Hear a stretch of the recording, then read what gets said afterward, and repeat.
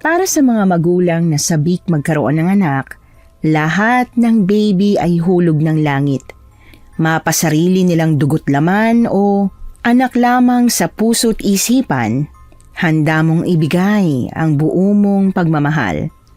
Pero paano kung ang anak na pinakamamahal mo ay meron palang daladalang madilim na pagkatao? Ano kaya ang gagawin mo? Ganyan po ang tema ng ating kwento ngayon. Pero bago ang lahat, kung bago ka pa lang dito sa channel, please like, subscribe, and hit the notification bell para updated kayo sa bawat kwentong ilalabas. May bago tayong kwento 2 o 3 beses sa isang linggo.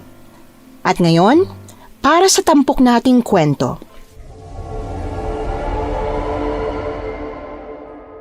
Blood is thicker than water. Pero sa panahon ngayon, mahalaga pa ba yon? May pamilya na palaging nag-aaway kahit pa magkakadugo sila. At meron din namang hindi magkakapamilya sa dugo, pero tunay at wagas ang pagmamahalan. Sa kaso ko, nag-ampon kami ng asawa ko ng isang batang hindi namin kamag-anak. Ni ang kanyang mga magulang ay hindi namin kilala ng lubusan, pero nagawa namin siyang mahalin na parang tunay na sa amin.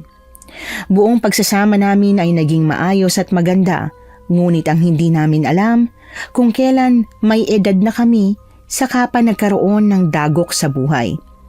Ikinuwento ko to sa aking anak at siya ang sumulat ng buo dahil may edad na ako.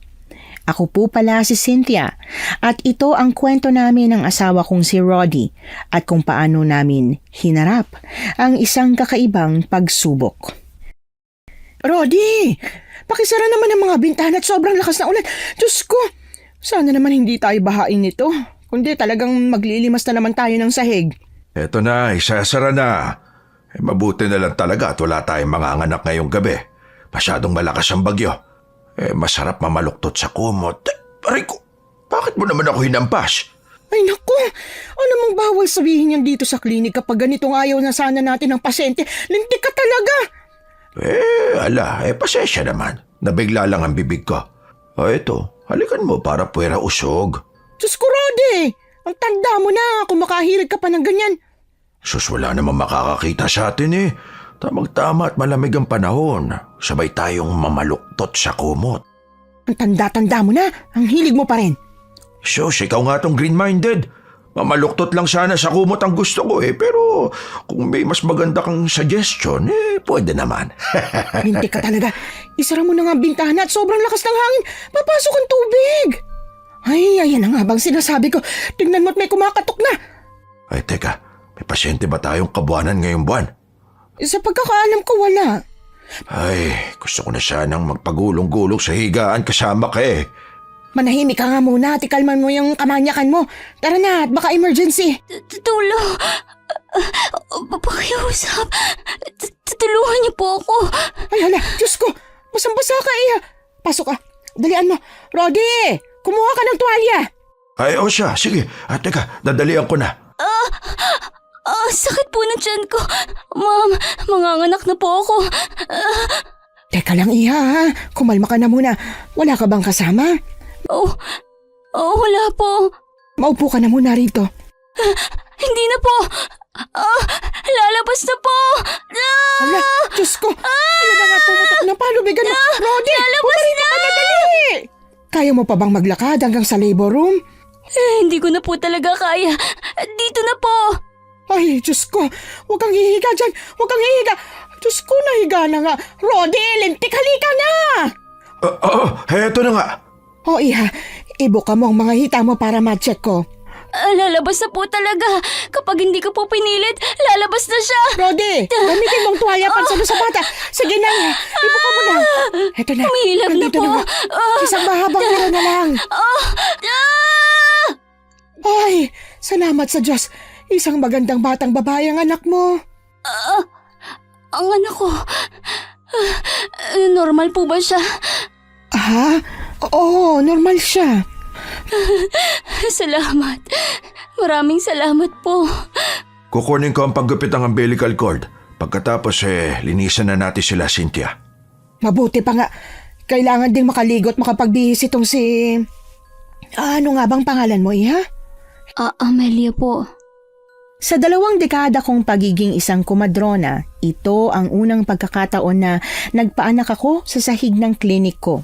Mabuti na lang at maayos kong napaanak si Amelia kahit na hindi ko siya kilala at wala siyang check-up sa akin. Sa dinami-dami ng mga nagpapacheck up sa klinik ko, natatandaan ko ang mga mukha, pati na ang mga pangalan nila. Kaya alam kong hindi ko siya pasyente.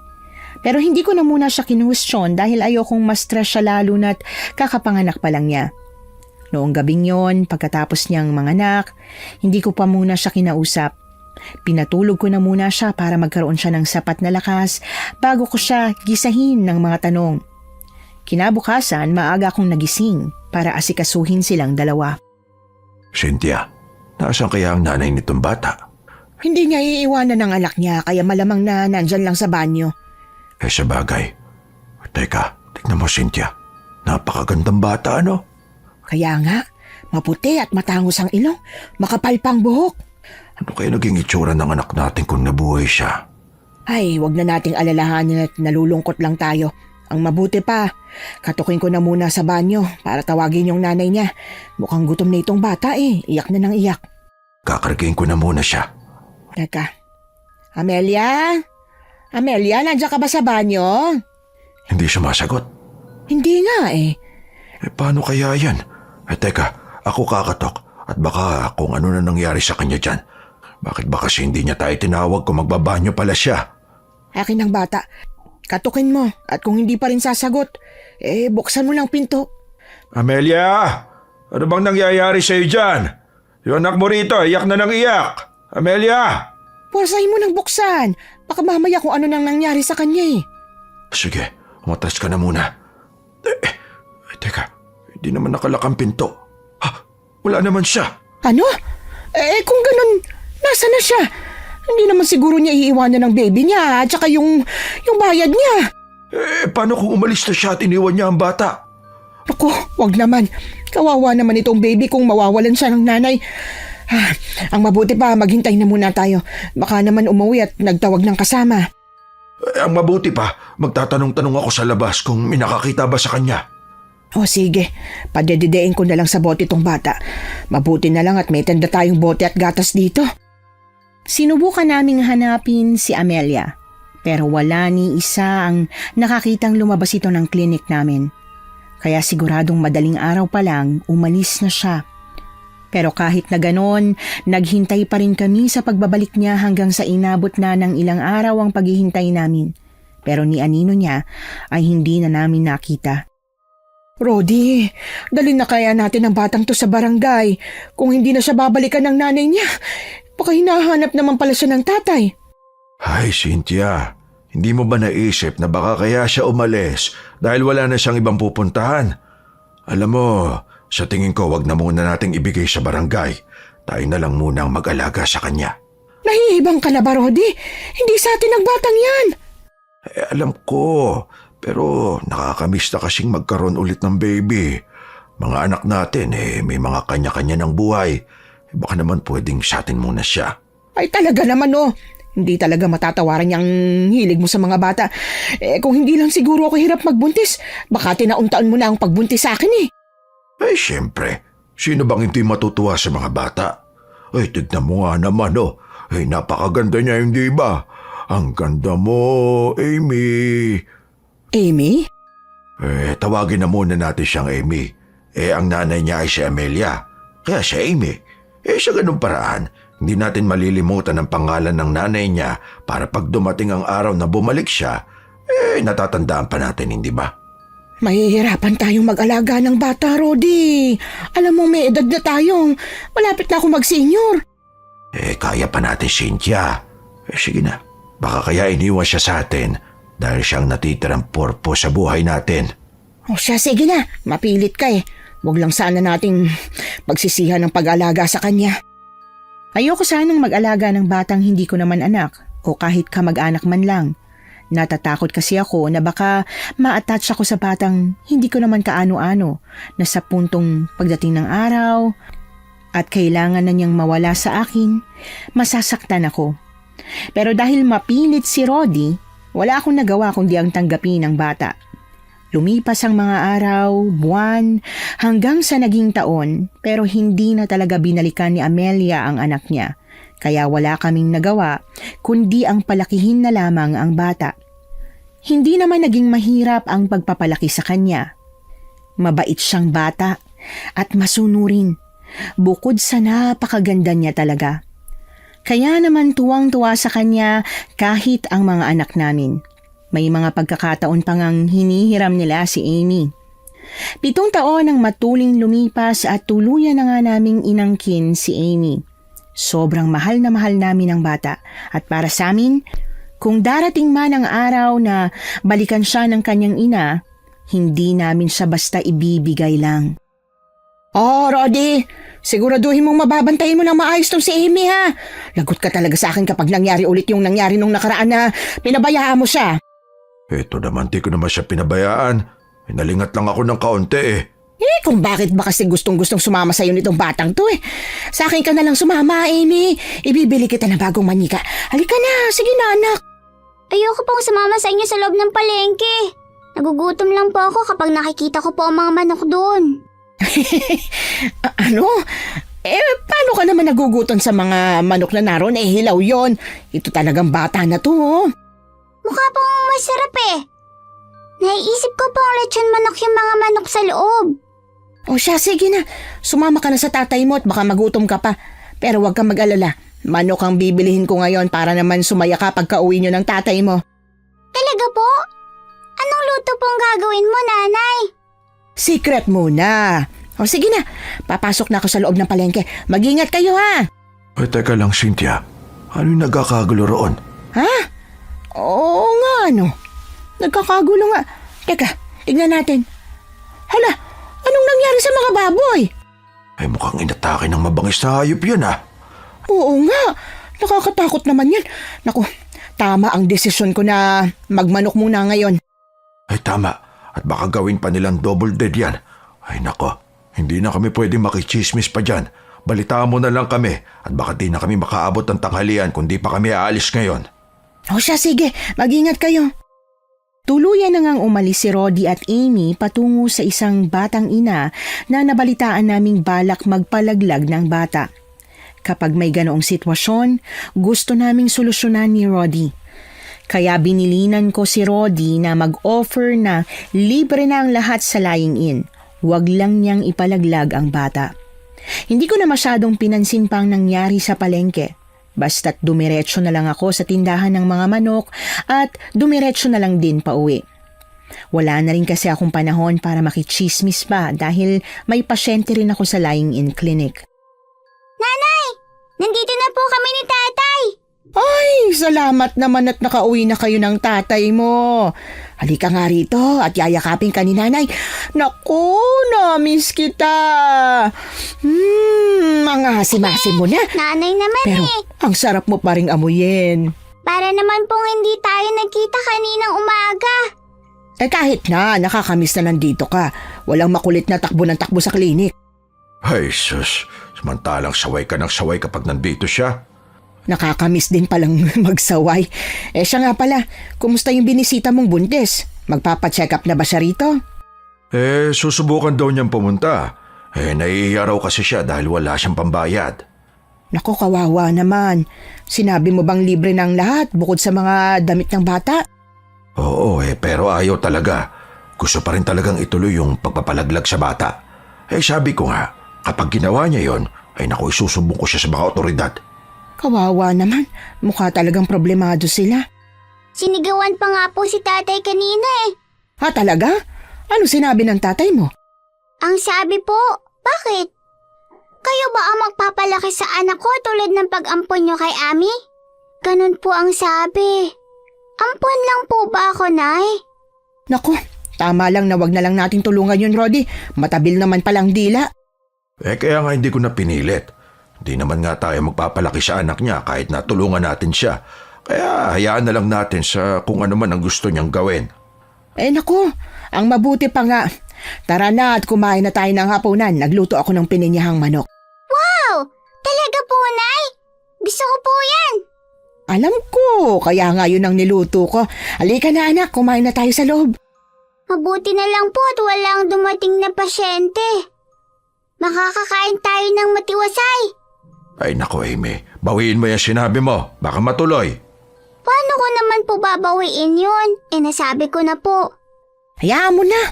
Hindi kasalanan ng bata na nagmana siya sa'yo. Oh, bakit naging mana bigla sa akin? Ganyan ka rin kasi noon. Halika kayo, baka mamaya magkatotoo pa. O tara na, paunaan tayong makarating sa sala. Tay, madaya naman po eh. Mahaba po ang bias nyo. Hindi ko pinagsisihan na inampon namin si Amy. Simula nang dumating siya sa buhay namin, muling nagkaroon ng sigla ang malungkot na buhay namin ni Roddy. Lalo pa at isa-isa nang bumukod ang mga anak namin. Siguro nga, tadhana na rin ang naglapit sa amin kay Amy dahil sa dinami-rami ng klinik, sa amin pa napadpad ang nanay niya.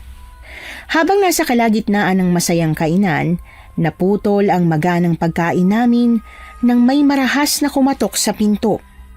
Pare-parehas kaming nagkatinginan. Laglag ang balikat ko na napabuntong hininga. Ay, sumpa talagang magsabi ng mabuti na lang. Ako na magbubukas ng pinto.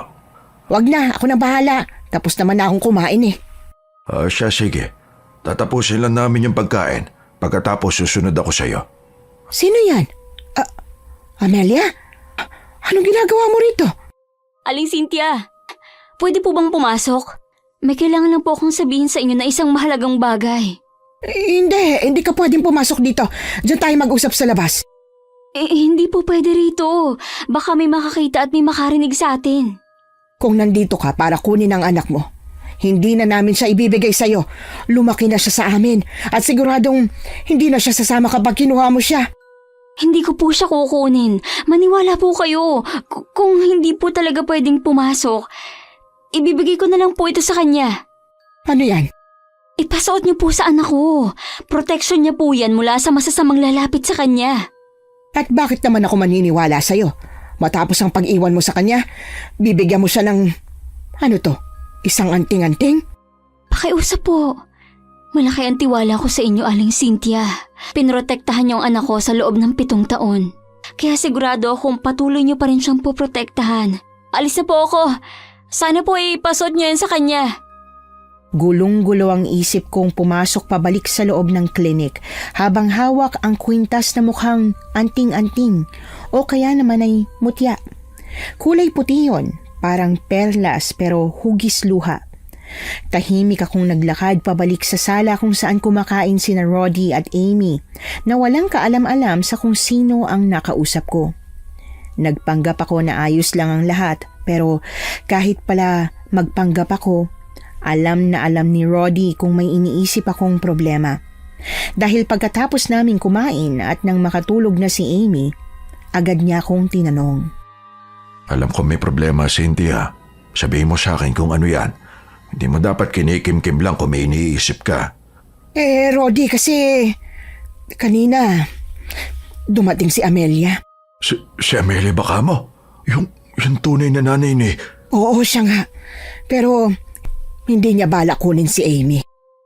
Kung ganun, bakit bigla siyang bumalik matapos ang ilang taong nawala siya? Huwag mo sabihin humingi siya ng pera. Hindi. Binigay niya ito sa akin. Teka, luha ba yan ng Serena? Luha ng Serena? Totoo ba yun? Patingin nga ako. Bay, totoo nga ito. May ganito ang nanay ko.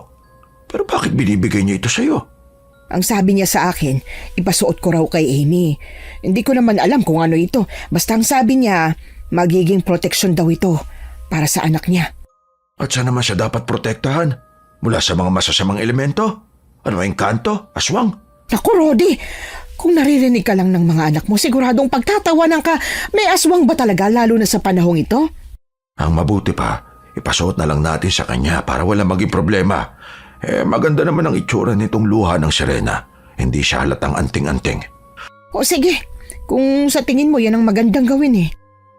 Noong gabing yon, sinuot ko nga kay Amy ang kwintas na ibinigay sa akin ng nanay niya. Hindi ko nga rin alam kung bakit para bang may nag-uudyok sa akin na ipasuot na yun sa kanya kahit na pwede namang pagkagising na lang niya. Buong gabi kasi akong hindi mapakali sa kaiisip tungkol sa biglaang paglitaw ni Amelia. Hanggang sa kinabukasan, isang nakakatakot na balita ang bumulabog sa buong barangay namin. Cynthia, hindi ka maniniwala sa nabalitaan ko. Ha? Bakit? Ano nangyari at bakit natataranta ka?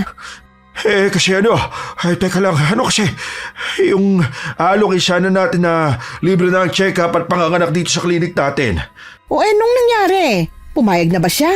Hindi, paano siya papayag kung patay na siya? Ano?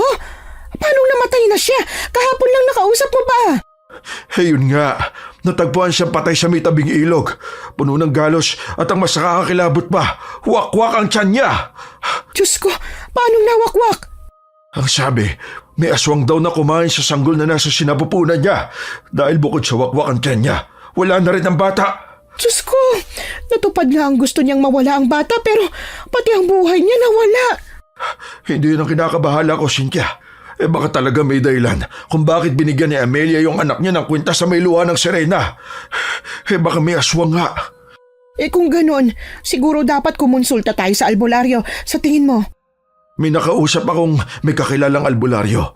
Pero sa kabilang baryo pa yun. Ayos lang. Kung kinakailangan, gawan natin ng paraan. Teka, akala ko ba hindi ka naniniwala sa mga aswang? Ang totoo niyan, hindi kasi ako mapakali. Kagabi pa ako hindi makatulog sa kakaisip ng tungkol sa binigay ni Amelia. Nababagabag talaga ako.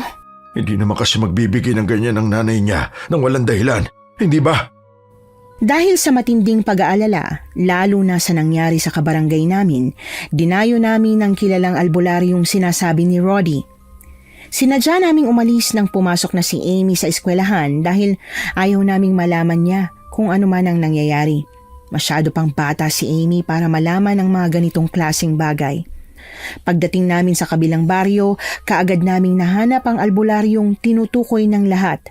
Ang sabi sa amin, magaling daw talaga siya, kaya kilalang kilala siya ng kanilang baryo. Tao po! Tao po! Sino po sila? Pasensya na iho. Pwede mo bang tawagin ang lolo mo? Nako ma'am, delikado po kapag tinawag ko pa ang lolo ko. Ha? Bakit naman? Nasa hukay na po eh. Nakakilabot naman ho kung tatawagin pa po natin siya. Bakit po ba? Ano po bang kailangan niyo sa lolo ko? Kasi ang sabi, may magaling na albularyo daw na nakatira dito. Baka ang tatay mo? Wala na rin po yung tatay ko. Kung kailangan niyo po ng albularyo, ako po yata yung hinahanap niyo. Ha? Isa kang albularyo? Opo, hindi po ba pwede? Hindi. Wala naman akong sinasabi. Nabigla lang ako dahil akala ko may edad na yung sinasabi nilang magaling na albularyo. Di ba? Parang ang bata mo pa para maging isang albularyo. Sana po tanggalin na natin ang maling konsepto na kapag magaling na albularyo, may edad na. Pero okay lang. Natural lang naman po sigurong magulat kayo, lalo na at ang bata at ang gwapo pa ng albularyong nakatagpo nyo. Oo naman. Biro lang po, Nay. Alina po kayo, pasok po kayo. Mag-asawa po ba kayo? Oo, asawa ko siya. Kung ganun, sino po sa inyo magpapakonsulta? Hindi kami kundi yung anak namin. Anak nyo po? Sino po sa 3 anak nyo ipapakonsulta nyo? Paano mo nalamang 3 ang anak namin? Hula lang po. Dito po kayo sa puan. Kukunin ko lang po yung pangtawas ko. Cynthia, sa tingin mo ba hindi budol ang batang albularyong yon? Di ba parang masyado pa siyang bata? Kasasabi niya lang kanina. Duda pa rin ako eh. Kung duda po kayo sa akin, hindi ko po kayo kayang tulungan. Naku, hayaan mo ang asawa ko. Naniniwala ako sa'yo. Mali bang makaramdam ng pagdududa, lalo na bagong kakilala pa lang naman? Pumunta ko kayo rito ng kusa, kaya hindi kayo dapat nagdududa ng ganyan. Pakisabi na lang po sa akin kung tutuloy pa ba tayo sa pagtatawas o hindi na. Roddy, lumabas ka na muna ron kung wala kang tiwala sa kanya. Baka kasi maapektuhan ang pagtatawas niya. Hindi. Dito lang ako. Gusto ko malaman kung magaling ba talaga siya o hindi. Alam ko pong naniniwala kayo sa mga albularyo. Pero duda ka lang sa kakayaan ko dahil bata pa ako. Ipapakita ko na lang po sa inyo para mabawasan na yung pagdududa nyo. Tinanong ni Berto ang pangalan ng ipatatawas pagkatapos ay nagsimula na siya.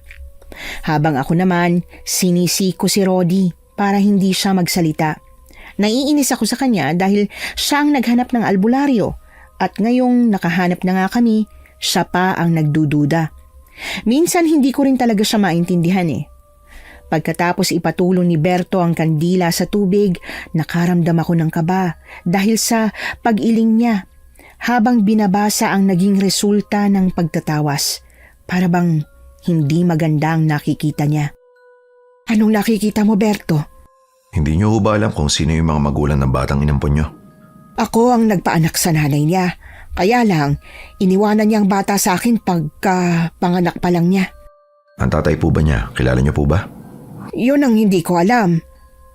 May malaking problema ba sa mga magulang ng bata? Hindi ko alam kung paano ko sasabihin sa inyo to pero may malaki ho kayong problema. Pwede ba diretsuhin mo na lang kami? Ayos lang kung paano mo sasabihin sa amin. Tatanggapin namin kung ano man yan. Kalahating aswang po yung batang inampon nyo. Ano ka mo? Paano nangyari yun?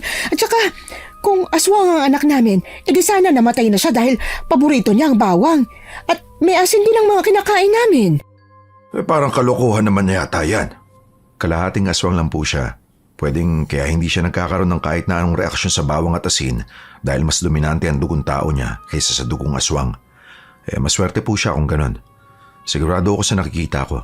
Lalo na po't nalalapit na yung pagdating ng tatay niya. Gusto siyang kunin ng tatay niya at kayo lang po yung pwedeng pumrotekta sa kanya para hindi siya makuha nito. Ang kwintas. May nakita akong kwintas. Kwintas ba na may luha ng sirena? Opo, pinaghirapan yun ng nanay niya para lang makuha. Ang kwintas na yun, kailangan niyong ipasuot sa kanya sa lahat ng oras dahil yun po yung magiging proteksyon niya mula sa kanyang ama. Pero may problema. Anong problema? Hindi kayo mapoprotektahan ng proteksyon na meron ng bata. Kaya kailangan niyo mag-ingat. Pero kung gusto niyo magkaroon ng proteksyon, pwede kayong bumili sa akin. Murang-mura lang. Sa halagang 1,000, mapoproteksyonan na kayo nito mula sa lahat ng uri ng aswang. 1,000? Bakit parang sobrang mahal naman yata niyan? Ay, sinasabi ko na nga peke ang batang yan. Ang mabuti pa, Cynthia, umuwi na tayo. Maghanap tayo ng iba na siguradong hindi tayo lolokohin. Pero Rodi, sa tingin ko dapat subukan natin. Mag-aaksaya tayo ng pera dyan. Cynthia, halika na. Umalis na tayo. Sigurado ho ba kayong ayaw niyong bumili? Hindi basta-basta po yung makakalaban yung aswang. Sa'yo na yung proteksyon na sinasabi mo. Kaya kong protektahan ang pamilya ko kahit nawala yan. Sige ho, kayo ang bahala. Halika na, Cynthia. Lumabas na tayo. Aray ko, Rodi! Bakit mo ba ako kinakalag? Ba't mo kinakalagkad, hoy? Ikaw naman ang nagsabing maghanap tayo ng albularyo, hindi ba? At saka, ikaw rin ang nakahanap sa kanya. Ano problema mo? Bakit ngayon ayaw mo maniwala? Naniniwala ako sa mga albularyo. Pero sa batang yon, naku, iba ang pakiramdam ko. Parang inuuto niya lang tayo 1,000 para sa proteksyon. May ganun ba talagang klase ng albularyo? Sa pagkakaalam ko, libre ang panggagamot nila at ang bayad lang na pwede nilang tanggapin ay donasyon. Kapanahunan pa ni Kopong-Kopong yung sinasabi mo Ano kung nag-iba ng mga albularyo ngayon? Abay, syempre kailangan na rin nilang mabuhay, ano? Paano sila mabubuhay kung hindi sila binabayaran? Basta, iba ang kutob ko sa albularyong yon. Tara na, umuwi na tayo. Magtatanong-tanong ako sa iba ko pang kakilala kung meron pa bang ibang albularyo na pwedeng tumulong sa atin. Kapag si Rodi na ang kumontra, wala na talaga akong magawa. Ang asawa ko kasi ay yung tipo ng tao na palabiro. Pero sa kabilang banda, hindi siya basta-bastang nagtitiwala sa kahit na sino. Mahirap kunin ang tiwala niya at kung siya na ang nagduda, madalas ay sinusunod ko na lang. Sinundo na muna namin si Amy sa eskwelahan niya bago kami tuluyang umuwi. Alam kong ramdam ni Amy ang tensyon sa pagitan namin ng tatay niya dahil hindi kami nagkikibuan. Pero bilang respeto sa amin, hindi siya nagtatanong. Kinagabihan, nang tulog na si Amy sa gitna namin ni Rodi, doon pa lang kami muling nagkausap. Tignan mo naman ang anak natin, Cynthia. Napakabait niya. Para lang sabihan ng siraulong yun na isa siyang kalahating aswang. Oo na, Rodi. Naiintindihan ko ng punto mo. Kaya pwede bang wag na muna natin pag-usapan? Dahil sa totoo lang naiinis ako sa'yo. Bakit ka ba naiinis sa akin? Sinasabi ko lang naman sa'yo kung anong naobserbahan ko sa albularyong yon. Naiinis ako kasi ayaw mong maniwala sa kanya. Ay, una pa lang, nalaman niya kung ilan ang mga anak natin. Maging yung kwintas ni Amy na may luha ng sirena, nalaman niya rin. Kaya paanong peki siya? Pero bata pa siya. Siguro may mga pagkakataon na tama siya. Pero siguradong may mga mali rin siya. Alam ko yan dahil albularyo ang lolo ko noon. Kaya hindi niya ako maloloko, ano? Ay nako, ang mabuti pa, matulog na tayo kaysa pag-usapan pa yan. Kung ayaw mo, edi wag. Maghanap na lang tayo ng iba tulad ng gusto mo. Imbis na pagtalunan, tinulugan na lang namin ang tungkol doon. Pero habang nasa kalagitnaan kami ng tulog, nagising kami nang makarinig ng napakalakas na pagkalampag. Para bang may sumusubok gumiba sa pintuan namin. Kaya dali-dali kaming bumangon para tingnan kung ano ang nangyayari. Nanay! Tatay! Ano po yun? Natatakot po ako. Dito ka lang, Amy. Kahit na anong mangyari, wag na wag kang lalabas ng kwarto, ha? Pero... Di ba good girl ka? Dito ka lang, ha? Titingnan lang namin ang tatay mo kung sino yon at kung bakit niya kinakalabog ang pinto. Halika na. Maghanap ka na ng pwede mong ipangampas para kung sakaling masamang tao pala yon, may pwede kang ipanglaban sa kanya. Pero paano ka? Ay ako nang bahala. Di ba may itak ako sa likod ng pinto? Yun ang kukunin ko. Tara na sa labas. Mauna na ako. Magtago ka sa likuran ko. Nauna ngang maglakad si Roddy palabas ng kwarto. Napakalakas ng pagkalabog sa pinto ng kung sino mang nasa labas. Nanginginig ang buong katawan ko sa sobrang kaba. Pero pilit kong tinatagan ang loob ko. Hindi pwedeng manaig ang takot. Ngunit palapit pa lang si Roddy sa pinto. Pareho na kaming nagulantang nang marahas na bumagsak ang pinto sa harap namin. Isang malahiganteng lalaki ang bumungad sa amin. Napahawak ako sa damit ni Roddy dahil sa labis na takot. Anong klase siyang nilalang? Bakit napakalaki niya? Nasaan ang anak ko? Roddy, mukhang si Amy ang tinutukoy niya. Ang anak ko! Ilabas niyo siya! Wala kaming ilalabas sa anak mo! Anak lang namin ang nandito! Binabalaan ko kayo. Kung hindi niyo ilalabas ang anak ko, mapapahama kayong mag-asawa. Dadaan ka muna sa akin bago mo makuha ang anak namin. Sa amin siya! Talagang matigas ang ulo mo, ha? Halika rito! Hindi pa nakakabuelo si Roddy, mabilis na siyang sinugod ng lalaki at hinawakan ng leeg niya. Sa labis na pagkataranta, sinubukan kong hampasin siya ng hawak kong upuan pero imbis na masaktan, nawasak lang ang upuan at maging ako ay hinawakan niya rin sa leeg. Napakalakas niya. Nagawa niyang iangat kami pareho mula sa sahig. Halos hindi na ako makahinga. Inakala kong katapusan na namin pero pareho kaming nahulog sa sahig nang may sumaksak sa tiyan ng higanteng sumasakal sa amin. Habol ang hininga, nakita ko kung paano nagalit ang higante dahil sa sumaksak sa kanya. Naging mas matangkad pa ito. Ang kanyang balat ay naging kulay abo at ang kanyang mga kuko ay humaba, maging ang kanyang matulis na dila. Kasunod nito ay ang pamumula ng kanyang mga mata. Hindi ba't sinabi ko na sa'yong layuan mong anak ko? Hindi lang siya ang anak mo, Amelia. Anak ko rin siya. At siya ang tagapagmana ko. Kaya wag mo kong pigilan sa gusto ko. Kahit ikamatay ko pa ngayon, hindi mo siya makukuha. Ha? At anong gagawin mo? Susubukan mo o labanan? Kahit na alam mo namang hindi mo kaya. Matagal na panahon na ako nagsanay. Alam mo kung saan pamilya ako galing. Kaya alam mo kung gaano ko kadeterminadong mapatay ka. Oo nga pala, ang pamilya mo. Ang pamilya mong matagal na namin pinatay. Kaya sisiguraduhin ko ring mamamatay ang pamilya mo. Galit na muling sumugod si Amelia sa aswang. Gamit ang hawak niyang sibat, sinubukan niyang tusukin muli ang kalaban niyang aswang na mukhang tatay yata ni Amy. Ang mayabang na aswang hindi nakaiwas sa mga pagsugod ni Amelia. Nakakamangha talaga si Amelia. Nagawa niyang sugatan ng aswang ng paulit-ulit hanggang sa puro sugat na ang katawan nito. At mukhang naduwag na rin yata dahil bigla na lang itong umiwa sa huling pag-atake ni Amelia kasunod ng pagtakbo nito palayo. Teka, saan siya pupunta? Hayaan niyo na po siya. Ganyan talaga kapag natatalo na. Imbis na lumaban pa rin, tumatakas na. Amelia, sugatan ka na. Ang mabuti pa, maupo ka na muna rito para magamot ka namin. Hindi ho. Kailangan ko na pong umalis. Baka makita pa ako ng anak ko. Aalis ka talaga sa sitwasyon mong yan? Hindi pwede.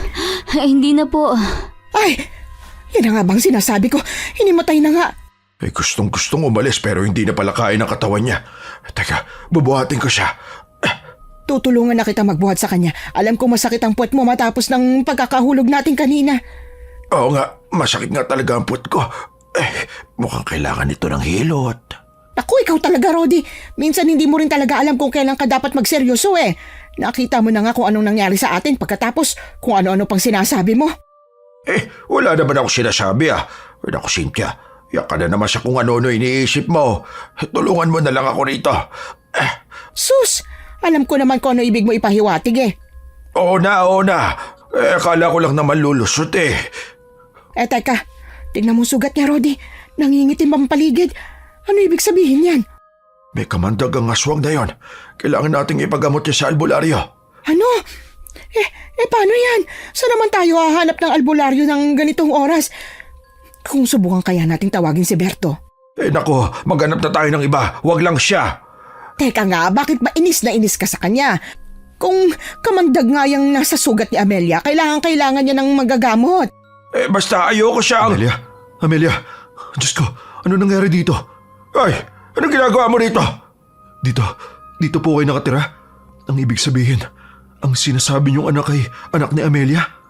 Magkakilala kayo ni Amelia? Opo, magkaibigan po kami. Nasaan po siya? Nandito, hinimatay siya pagkatapos niyang makipaglaban dun sa aswang.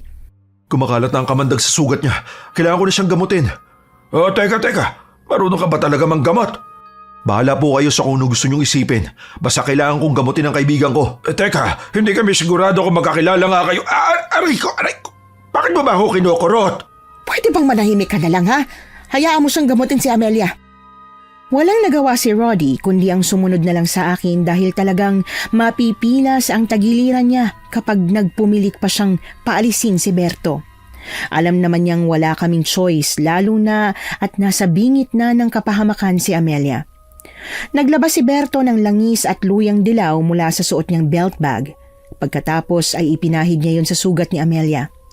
Nang umusok ang sugat, tinapala niya ito ng luyang dilaw at sinipsip naman ito ang kamandag. Unti-unting nababawasan ang itim sa gilid ng sugat. Ganon ang ginagawa ni Berto. Pinapalit-palitan niya ang mga luyang dilaw kapag nagiging itim na ito.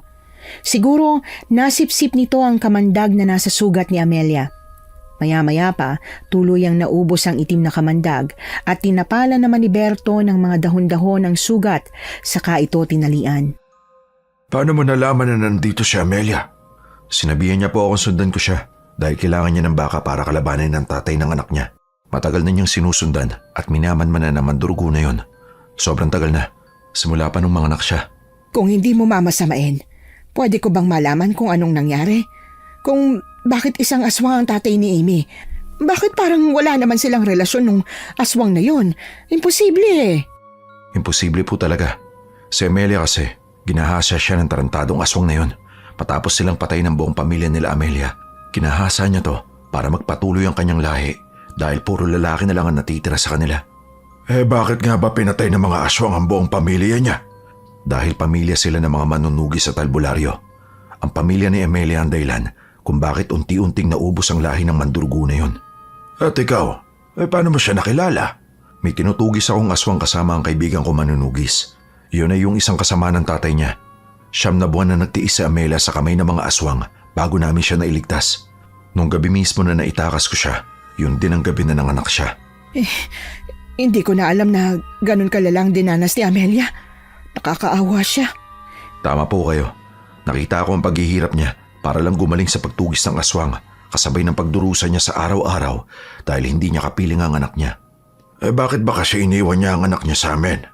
Alam ni Amelia na susundan at hahanapin siya ng mandurgo dahil gusto nito ang anak niya. Kaya minabuti niyang hayaan ang anak niya na alagaan ng ibang tao. Pero walang sikretong hindi mabubunyag dahil kahit anong pagtatago pa ang gawin ni Amelia, natuntun siya nito at nasundan rin kung saan nakatira ang anak nila. Hindi ba namin kailangan magtago? Pwede naman siguro kami umalis dito. Rodi, sa Maynila na lang tayo tumira. Doon tayo magtayo ng bagong lying-in. Hindi na po pwede, Aling Cynthia. Mas mabuti pong harapin na natin ang Mandurugo. Kailangan matapos na natin ang problemang ito para hindi na umaba pa. Ilang taon na nagtatago si Amelia. Kung ganon, anong dapat namin gawin? Kailangan niyo pong maging handa. Huwag po kayo mag-alala. Tutulungan po namin kayo. At magkano naman ang ibabayad namin sa iyo? Wala naman pong bayad. Pinibiro ko lang po kayo kaninang umaga. Nagagalit po kasi kayo kaagad eh. Walang bayad? May bayad talaga. Di mo lang kami pagbabayaran dahil dumidiskarte ka kay Amelia, no? Hindi po. Nako, wala po akong gusto sa kanya, no? Oo na. Naniniwala na ako. Halatangang may gusto talaga si Berto kay Amelia pero hindi namin yun masyadong inintindi.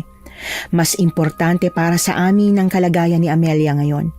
Pagkatapos kasing gamutin ni Berto ang sugat niya, inapoy ito ng lagnat kaya pare-pareho kaming nag-alala para sa kanya. Ang hindi namin inaasahan, habang abala kaming lahat kay Amelia, lumabas na pala si Amy mula sa kwarto na puno ng pagtataka. Nay, ano po nangyari sa pinto natin? Amy, hindi ba ang sabi ko sa'yo huwag kang lalabas ng kwarto? Dapat natulog ka na doon. Hindi po ako makatulog. Hinihintay ko po kayong bumalik, Nay. Sila po ba ang dahilan kung bakit nasira ang pinto natin?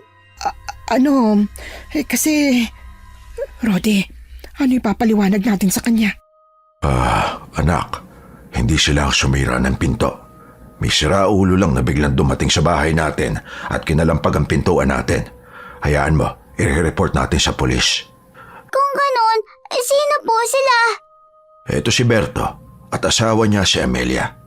Nagkaproblema lang sa pagbubuntis niya kaya dito na muna sila hanggang sa maging okay siya, ha? Bakit po ang dami niyang mga sugat? Basta anak, huwag ka nang masyadong maraming tanong, ha? Matulog ka na ron. May pasok ka pa sa school bukas?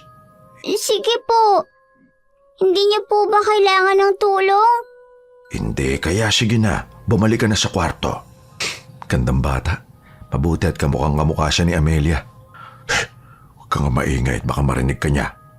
Pero bakit naman po mag-asawang pakilala niyo sa amin ni Amelia? Nakakaya tuloy. Buti na lang at tulog pa siya. Ay sus, kunwari ka pa. Gusto mo rin naman. Amelia, gising ka na ba? Hinimatay ka matapos mo makipaglaban sa Mandurugo. Kumusta ang pakiramdam mo? Hindi maganda. Mabuti at nasundan mo ko. Nadala mo ako sa bahay mo. Hala, bakit nandito pa rin ako? Amelia, huwag ka na munang tumayo. Hindi ba ganun kalakas ang katawan mo? Tsaka nilalagnat ka. Hindi po pwede rito. Makikita ako ni Amy. Hindi ka niya makikita. Nandun siya sa kwarto niya at natutulog.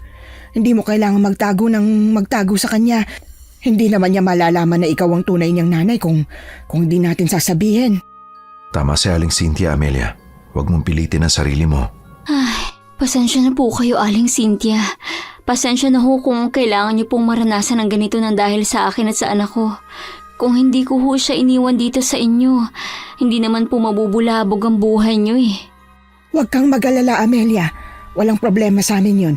Nagpapasalamat pa nga kami sa'yo dahil binigyan mo kami ng pagkakataong sumaya.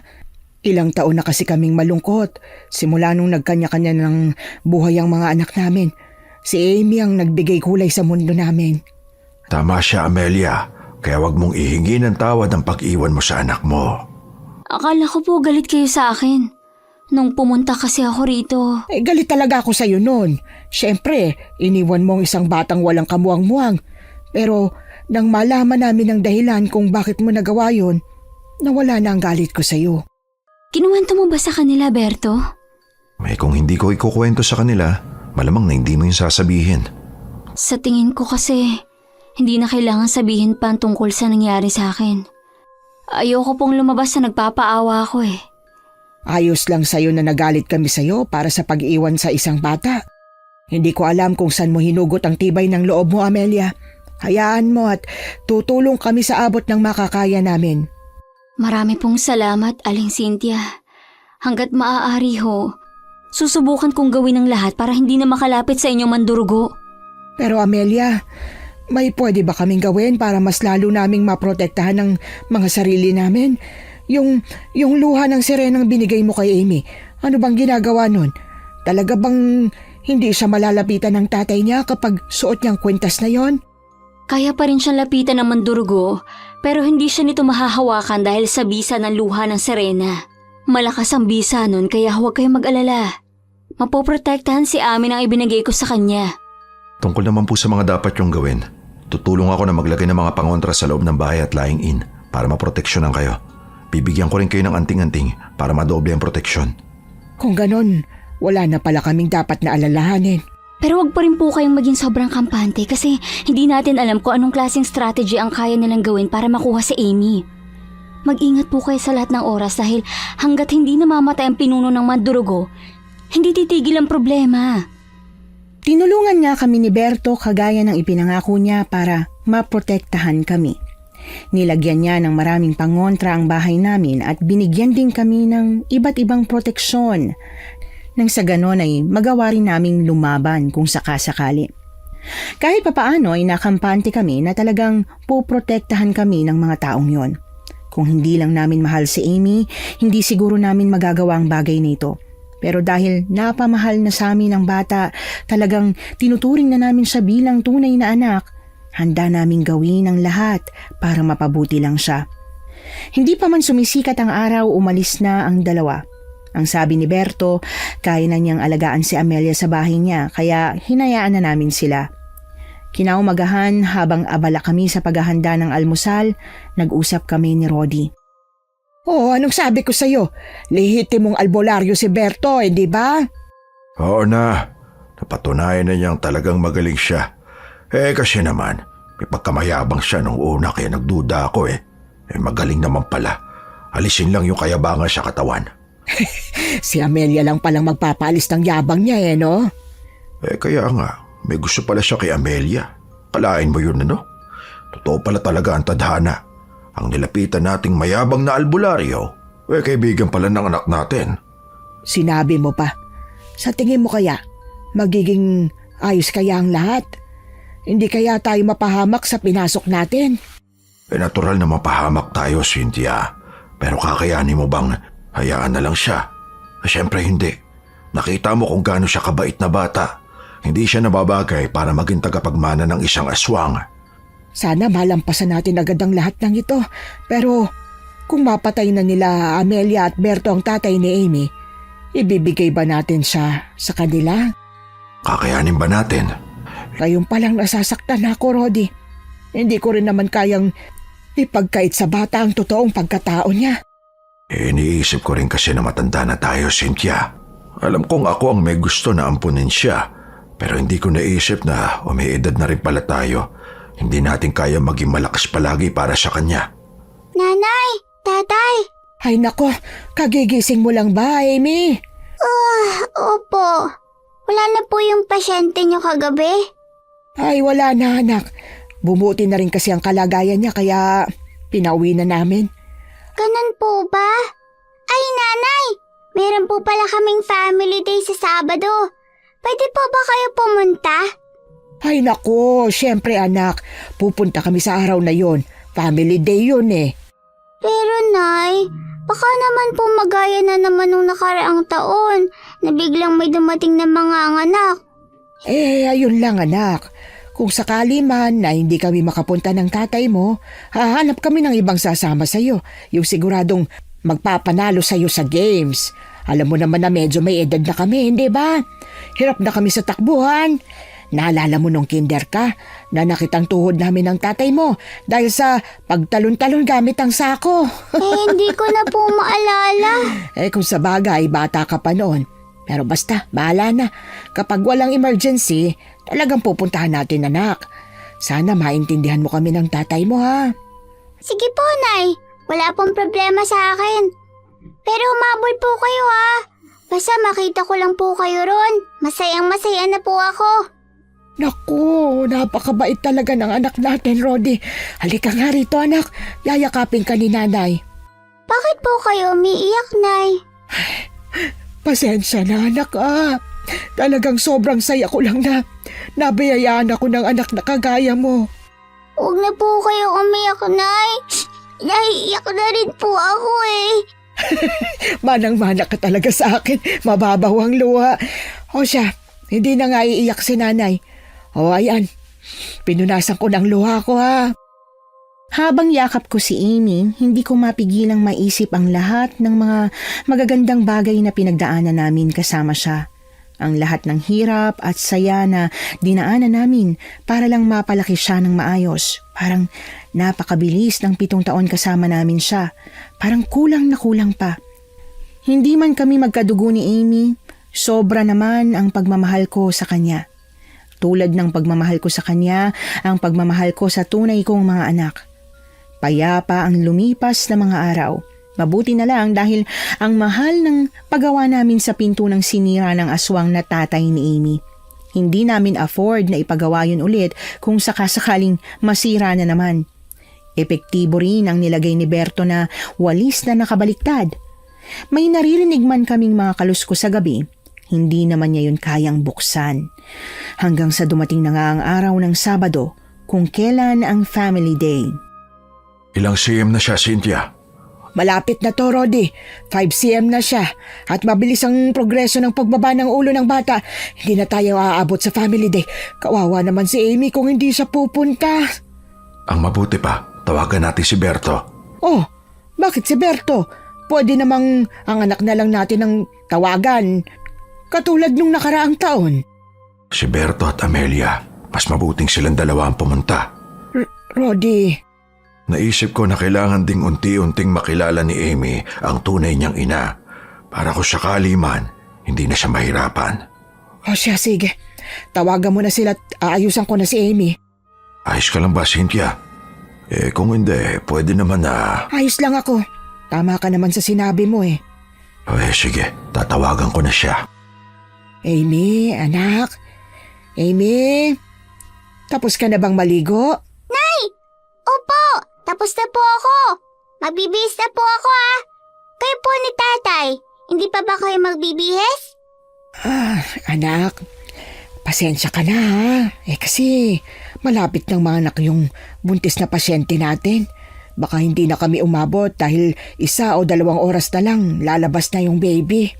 Ganun po ba, Nay? Sayang naman po. Sino po sasama sa akin? Si Ate Celia po at si Kuya Ruben? Hindi anak, may darating dito mamaya. Mga kaibigan namin sila. Huwag kang mag-alala dahil mababait sila, magagaling pa. Ay, gusto ko po sana kayo ni tatay.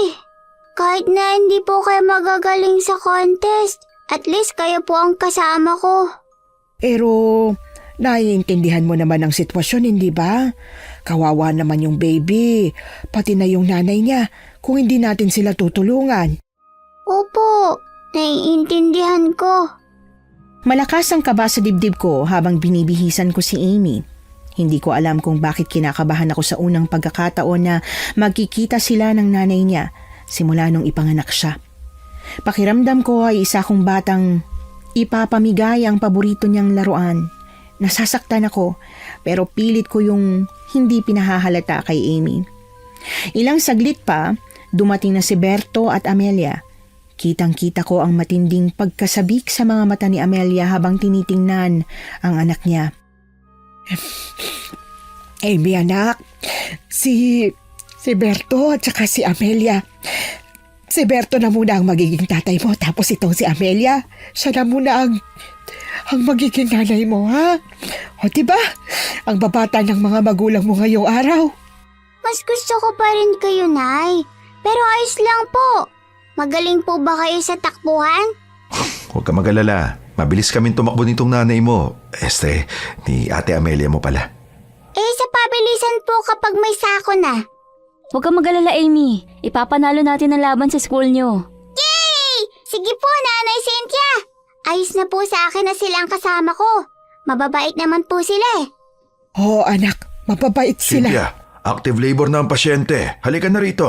O siya, ingatan niyo si Amy ha. Susunod kami mamaya kapag natapos na naming asikasuhin ang pasyente. Makakaasa ho kayo, Aling Cynthia. Amy anak, galingan mo ha. Opo, Nanay. Hirap na hirap akong ngumiti nang magpaalam ako sa kanila. Ewan ko ba pero hindi ko maiwasang mag-alala. Kahit na alam ko namang aalagaan nila si Amy, para akong tangang nakakaramdam pa rin ng takot. Kinikilabutan ako sa tuwing naiisip kong baka kung anong mangyari sa kanila. Mabuti na lang talaga at kinailangan kong mag-focus sa pagpapaanak sa pasyente ko, kaya kahit papaano naibang iniisip ko. Pero pagkatapos kong paanakin ng pasyente at nang masiguro na naming ayos lang sila, bumalik na naman ang kaba at hindi na ako napakali pa. Gustong-gusto ko na talagang sundan sila Amy. Kung iiwan natin sila rito, sino magbabantay sa kanila? Alam mo, kapapanganak lang eh. Pwede naman sigurong ikaw na lang munang magbantay, Rodi. Iba kasi talaga ang kabog ng dibdib ko eh. Hindi naman nila sasaktan yon. Kung nag-aalala ka rin na baka itakas nila yung bata, sa tingin ko hindi nila gagawin yon. Mabait silang dalawa. Hindi yun ang kakaibang nararamdaman ko, Rodi. Basta, hindi ko maipaliwanag eh. Para bang mapapahamak siya sa ibang paraan. O siya, sige na. Para mapanatag ka na, puntahan mo na sila. Ako na muna ang bahala rito. Tawagan mo na lang ako kung sakaling may hindi ka alam, ha? Oo, sige na. Umalis ka na. Nagmamadali akong umalis. Muntik ko pang makalimutang magbihis ng damit na puno pa ng dugo ng pasyente ko. Mabuti na nga lang at pinaalala sa akin ni Rodi. Kakaiba talaga ang kabang nararamdaman ko. Iba ang pagtindig ng mga balahibo ko at ang pagkabog ng dibdib ko. Hanggang sa makarating ako sa school. Nabunutan ako ng tinik sa dibdib nang makita kong mula sa malayo, kahawak kamay ni Berto si Amy habang naglalakad palayo sa court kung saan ginaganap ang family day. Ngumiti ako at naglakad na palapit sa kanila. Ngunit natigilan ako nang makita kong inalis ni Amy ang kwintas na may luha ng sirena. Hindi lang yon, biglang nagbago ang itsura ni Berto. Natatarantang sumigaw ako para tawagin si Amy pero para itong walang naririnig. Kaya kumaripas ako ng takbo. Wala akong pakialam kahit napakasakit man ang tuhod ko, kailangan ko silang maabutan. Pero agad akong natisod nang kargahin na ng mandurugo si Amy at mabilis silang naglaho. Diyos ko! Amy! Anak! Amy! Aling Cynthia, si Ami po. Nakita niyo po ba? Aling Cynthia, bakit niyo po siya sinampal? Wala kang kwenta! Saglit mo palang naalagaan si Amy. Nakuha na kaagad siya ng aswang. Aling Cynthia, wag naman po kayong ganyan. Bigla pong nawala si... Isa ka pa! Ipagtanggol mo pa itong si Amelia. Dapat hinawakan niyo siya. Kayong mas nakakaalam pero hindi niyo siya binantayan ng maayos. Yung kwintas na binigay niyo sa kanya walang kwenta. Kitang-kita ko kung paano napasunod ng mandurugo si Amy. Inalis niya ang kwintas. Oo. Kasalanan ko, Aling Cynthia. Kasalanan ko to. Kumalma po muna tayong lahat. Walang mangyayari kung magsisisihan po tayo. Kailangan natin gumawa ng paraan para makuha siya. Ako nang bahala, Berto. Ibabalik ko sa Saan Amy. ka pupunta, Amelia? Ano ka ba? Hindi ka pwedeng umalis nang hindi ka handa. At kailan ba dapat maging handa? Kapag patay na ang anak ko? Hindi siya papatayin, Aling Cynthia. Sigurado ako na hindi siya sasaktan ng mga aswang na yun. Mamayang gabi, bilog ang buwan at malakas ang mga aswang sa ganung oras. Doon nila gagawin ng ritual. Anong ritual? Ritual para sa pagsasalin sa kanya bilang ganap na mandurugo. Matagal nang walang babae sa lahi nila. At kung magiging ganap na siyang mandurugo, gagawin siyang paanakan ng mga aswang na naroon. Siya ang lalayian nilang lahat para mas dumami sila ulit. Mga walang hiya! Di dapat mas kailangan nating umalis na ngayon at puntahan sila. Kung pupunta tayo ron ng hindi handa, pwedeng ikipahamak natin. Wala akong pakialam. Anak ko ang mapapahamak. Aling Cynthia, maghunos dili ka. Alam kong mahal mo siya, kaya ganito kakadesididong isakripisyo ang lahat para sa kanya. Pero kung mapapahamak ka o ang mas malala pa ay baka ikamatay nyo, paano yung mga tunay mong anak? Aling Cynthia, magtiwala lang po kayo. Ililigtas namin siya. Ang mabuti pa, umuwi na po kayo. Hindi maganda kung sasama po kayo dahil madadala lang kayo ng emosyon nyo. Mas hindi ko kaya maghintay lang sa kung ano mangyari sa kanya. Berto, sasamahan ko kayo. Lalo ngayon, wala na akong tiwala. Saglit ko lang ipinagkatiwala sa inyo na pahamak na kaagad. Alam kong hindi ko dapat pagsalitaan ng masama si Amelia. Hindi niya naman ginusto ang nangyari sa anak niya. Pero hindi ko mapigilang sumbatan siya ng dahil sa matinding pag-aalala ko para kay Amy. Kaya pala ibang pakiramdam ko kanina ay dahil ito ang mangyayari. Kahit hindi ko totoong anak si Amy, meron akong mother's instinct pagdating sa kanya. Kahit gustuhin ko man na sumugod na sa kung saan dinala ng aswang si Amy, hindi ko rin magawa. Hindi ko naman kasi alam kung saan yon, kaya ang tanging magagawa ko lang ay maghintay. Pilitin man nila kung wag nang sumama, wala silang magagawa kung buo na ang loob ko na sumama. Aling Cynthia, hindi po ba masyado pang maaga para pauwiin sila? Kakapanganak lang niya kaninang umaga. Sinigurado kong ayos lang siya. Healthy na. Tsaka hindi maputla. Binigyan ko siya ng sapat na vitamins tsaka gamot. Kung sakali mang may maging problema, tinawagan ko na yung kaibigan kong kumadrona din.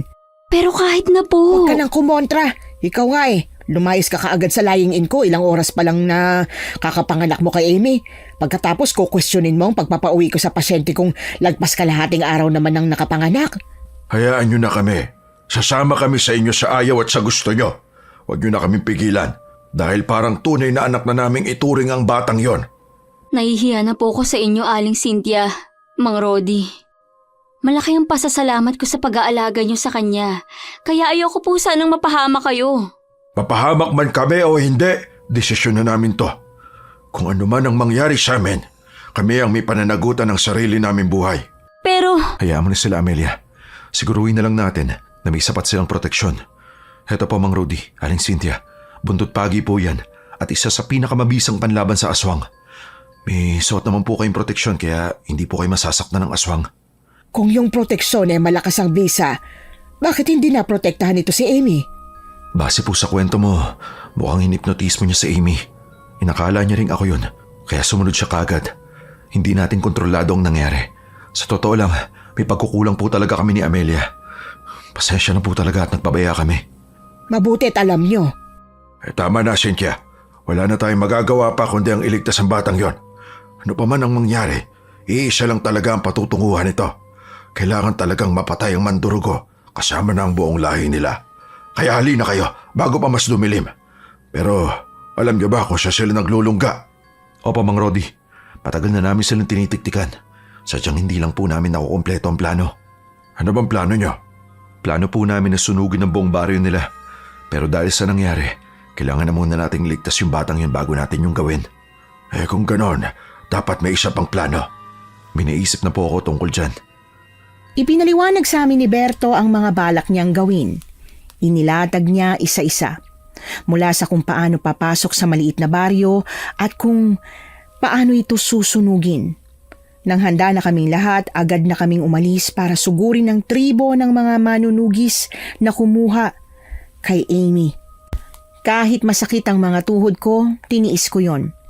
Mas mahal ko si Amy kaysa sa mga tuhod ko. Sa edad kong ito, wala na sa akin ang maputulan ng binti kaysa mawalan ng batang nagpapasaya sa akin. Dito lang po kayo, Mang Rody. Ito po yung lubid na sisindihan nyo sa oras na makuha na namin siya. Paano namin malalaman kung nakuha nyo na siya? Ang layo namin mula sa mga kabahayan. Medyo malabo pa naman yung mga mata ko. Siguro dapat magbigay kayo ng senyales. Gagamitin ko ito. Ito po, may dala akong pito. Sa Amelia rin po meron nito. Kaya lang, mas maigi po sana kung sa inyo na lang po yung isa. Ano namang gagawin namin dyan? Gamitin nyo po kapag nasa panganib kayo. Para kung sakali man, pupunta kami. Sige, mag-ingat kayong dalawa at iligtas niyo si Amy. ibabalik po namin sa inyo si Amy, Aling Cynthia. Marami akong masasakit na salitang nasabi kay Amelia. Nagsisisi ako, Rody. Hindi ko dapat sinabi yon. Naiintindihan kita, Cynthia. Galit ka lang at mahal na mahal mo lang talaga yung batang yon. Pwede ka namang humingi ng tawad sa kanya pagkatapos ng lahat ng ito. Paano ba humingi ng tawad? Gawin mo lang sa natural na paraan. Alam kong hirap kang humingi ng tawad. Kahit sa akin nga Kahit kailan hindi mo inamin yung pagkakamali mo Talagang naisingit mo pa yan, ha? Abay, totoo naman Pero kahit hindi mo inaamin sa akin na nagkamali ka, pinapakita mo naman yun sa gawa. Ang hirap kasing humingi ng tawad sa'yo. Baka mamaya lumaki ang ulo mo. Ayos lang naman sa akin. Alam ko naman palagi kang tama basta, kung di mo man kayang sabihin sa kanya sa salita, ipakita mo na lang. Susubukan ko. Teka, mag-focus na muna tayo sa ginagawa natin. Huwag na rin tayong maingay at baka mamaya may makarinig sa atin na aswang. Tumahimik na nga kaming dalawa para mas makapagmasid sa paligid. Habang naghihintay sa pagbibigay senyales ni Berto at Amelia, pinapanood namin sa malayo ang mga maliliit na bahay mula sa kung nasaan kami. Hindi talaga namin makita kung ano ang mga nangyayari. Nagmamadali rin kasi kami. E di sana nagawa namin ang paraan na maghanap ng telescope man lang. Magdadalawang oras na tayo rito, Cynthia. Ano na kaya ang nangyayari sa kanila? Ay, kinakabahan na ako. Kurin, ano kaya kung puntahan na natin sila? Ang usapan dito lang tayo. Hindi natin pwedeng suwayin kung ano man yung usapan. Baka mamaya kung kailan pabalik na sila, saka naman tayo pumasok. Hindi nagka-problema patuloy. Pero paano kung di sila nagtagumpay? Magtiwala ka lang. Ayun na. Naririnig ko na. Ha? Wala akong naririnig. Huwag kang maingay. Makinig ka lang. Medyo bingi ka na kasi. Naku, wala naman akong naririnig. Ay, ayun na nga. Tara na. Hilahin na natin ang lubid. Hilahin niyo ang lubid para kapag sumabog ang mga yan, siguradong patay ang mga kasama niyo. Rodi, ang mandurugo. Hindi mo kami masasaktan. Hindi ko naman talaga kayo kayang saktan dahil sa ginamit yung mga proteksyon. Pero may paraan ako para masaktan kayong dalawa. Pareho kaming nanghina ng makalanghap ng nakakasulasok na amoy.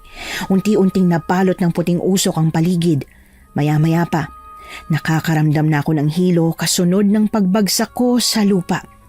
Narinig ko pang tinatawag ako ni Rodi bago ako tuluyang nawalan ng malay. Nagising ako dahil sa sobrang init. Nang idilat ko ang mga mata ko, nagulat na lang ako nang may malaking apoy na sa harapan ko. Ha? Rodi, Diyos ko, Rodi, nasaan ka? Nandito ako, Cynthia. Rodi, Diyos ko, akala ko ba nakatakas na sila? Pumito na si Berto, hindi ba? Hindi sila Berto ang pumito, Cynthia, kundi ang mandurugo na yon. Diyos ko, nasaan na sila? Si Amy, nasaan na? Hindi ko rin sigurado kung nasa sila, pero sana ayos lang ang anak natin. Diyos ko po, kung hindi man kami makaligtas dito, kahit ang bata na lang, kahit ang anak ko na lang po. Ang iingay ninyo. Kung hindi lang kailangan ng anak ko ng pagkain, pinatay ko na kayong dalawa.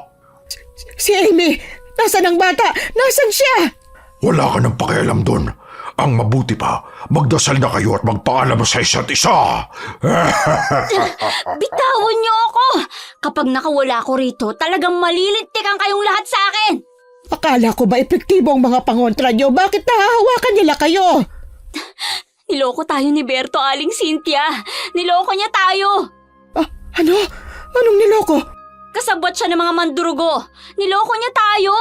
Isa siyang masamang albularyo. Siya ang gumagawa ng lahat ng plano. Hindi ko maintindihan. Pero siyang nagligtas sa'yo noon, hindi ba?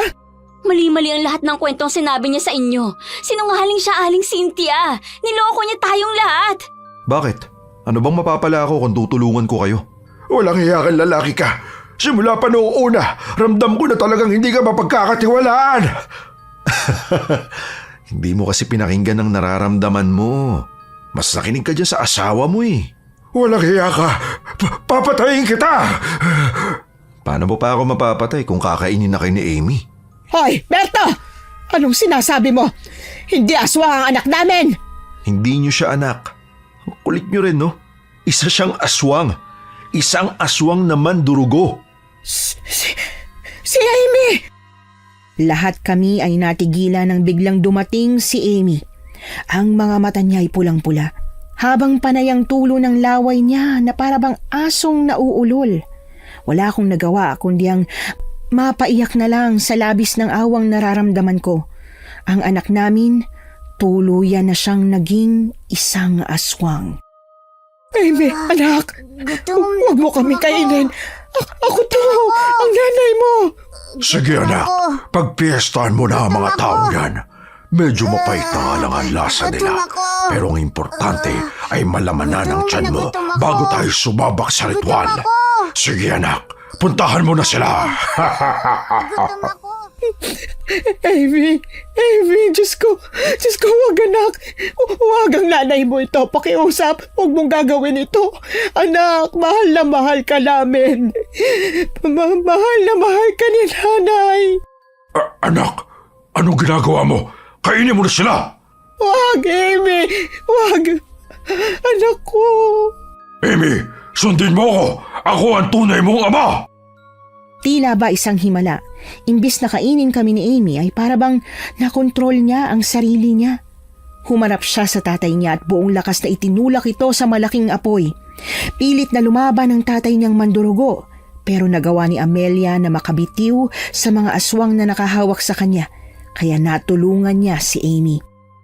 Buwisit kang bata ka! Ako ang tatay mo! Hindi kanya tatay! Hindi isang amang ipapahamak ang sarili niyang anak!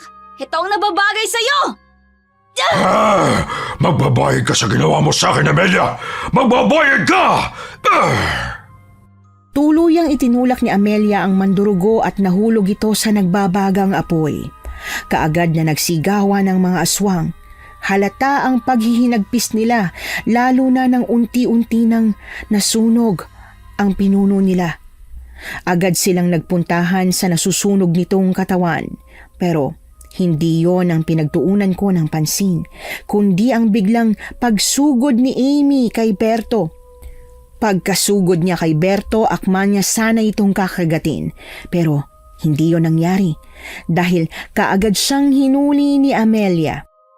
Anak, wag! Gutom ako! Hindi ko pwedeng maging aswang! Gutom ako! Berto, ibigay mo sa akin ang gamot para tumigil sa pagkagutom sa Amy sa karne ng tao.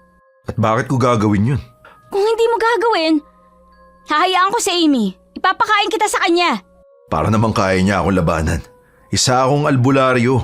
Isang masamang albularyo, Berto. Gumagana pa rin ang mga proteksyon ko. Pero mukhang nakalimutan mo ang anak ko ay kalahating tao.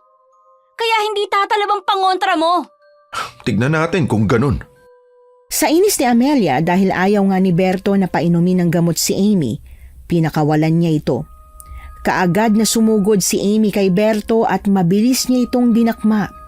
Lalaban sana si Berto gamit ang mga pangontra niya pero wala yung talab sa lakas ni Amy. Bata lang si Amy pero parang mas malakas pa ang katawan niya kesa kay Berto. Nagawa niyang patumbahin ng mayabang na si Berto at sinubukan itong kagatin. Napuno ng kalmot si Berto dahil sa matatalas na mga kuko ni Amy. Tulungan mo ako, Amelia! Oo na! Bibigyan ko na siya ng gamot! Akala ko ba'y lalabanan mong anak ko? Hindi tumatalab sa kanya mga pangontra ko! Tulungan mo ako! Ayoko pa mamatay! Ah! Aray ko! Amy, tama na yan! Anak! Nasaan ang gamot? Berto! Eto ang gamot! Hinihagis ni Berto ang isang botelya na may lamang kulay pulang gamot. Pagkatapos ay dinampot yon ni Amelia. Nang damputin niya yon ay nagmamadaling niyang pinainom kay Amy. Pero nang sumuka na si Amy at naglabas ng kulay itim na likido, humagalpak sa kakatawa si Berto. Amelia, baka peke ang gamot na binigay sa'yo ni Berto. Hindi peke ito, Aling Cynthia. Ako mismong nakakita kung paano niya ginawa. Ano tinatawa-tawa niya? Nakakatawa dahil mga tanga kayo. Ngayong hindi na malakas si Amy, sa tingin niyo ba may maipanlalaban pa kayo sa mga galit na aswang? Diyos ko, Amelia, ang mga aswang nakatingin na sa atin at mukhang bukod sa galit sila. Gutom na gutom pa. Huwag po kayo mag-alala, Aling Cynthia, dahil hindi sila sa atin nakatingin. Teka, bakit lumalapit kayo lahat sa akin? Anong gagawin niyo? Wag! Ah! Nang dahil sa mga natamong sugat ni Berto mula sa kalmot at maliliit na kagat ni Amy, siya ang pinuntirya ng mga aswang. Nakakaawa kung paano siya sinugod ng mga ito. Pilit siyang lumaban, pero dahil naalis ni Amy ang kwintas na pangontra niya, wala siyang nagawa. Habang nilalantakan siya ng mga galit at gutom na aswang, tinulungan kami ni Amelia at Amy na makalaya sa pagkakatali sa amin. Pagkatapos ay tuluyan na kaming tumakas. Nagsusumigaw pa si Berto, humihingi ng tulong, pero hindi kami lumingon pabalik. Napakalaking kasinungalingan ang ginawa niya sa amin na pinaniwalaan naman namin. Nang makalabas na kami sa maliit na baryong yon, pinuntahan namin ang lubid na nakadugtong sa bombang matagal na nilang itinanim. Pagkahila, kaagad kaming dumapa dahil sa malakas na pagsabog nito. Si Berto. Bakit, Amelia? Napakalaki ng tiwala ko sa kanya, Aling Cynthia. Ang sakit isipin na isa pala siyang malaking sinungaling. Huwag mo nang masyadong isipin yon, Amelia. Ang importante, nailigtas na natin si Amy. May lahing aswang si Amy. Hindi ba siya bigla na lang magiging aswang? Aling Cynthia, Mang Rodi, kailangan ko po kayong tapatin tungkol sa magiging sitwasyon ni Amy. Amelia, sa tingin ko, mas mabuti kung pag-usapan na lang natin ang tungkol dyan. Pagbalik natin sa bahay, magpahinga na muna tayo. Sige ho, kung yan hong gusto nyo. Alam kong mas mabuti kung pag-usapan na namin kaagad ang tungkol sa sitwasyon ni Amy. Pero natatakot ako. Natatakot ako na ang solusyon dito ay ang ilayo siya sa amin. Hindi pa ako handang lumayo sa kanya. Gusto ko pa siyang mayakap araw-araw. Gusto ko pang maalagaan siya hanggang sa paglaki niya. Alam kong selfish, pero selfish ba ang magpakaina? Pagka-uwi namin sa bahay, naglinis lang kami ng katawan pagkatapos ay nagpahinga na. Kinabukasan, nagising kami ni Rodi dahil sa mabangong amoy ng nilulutong pagkain.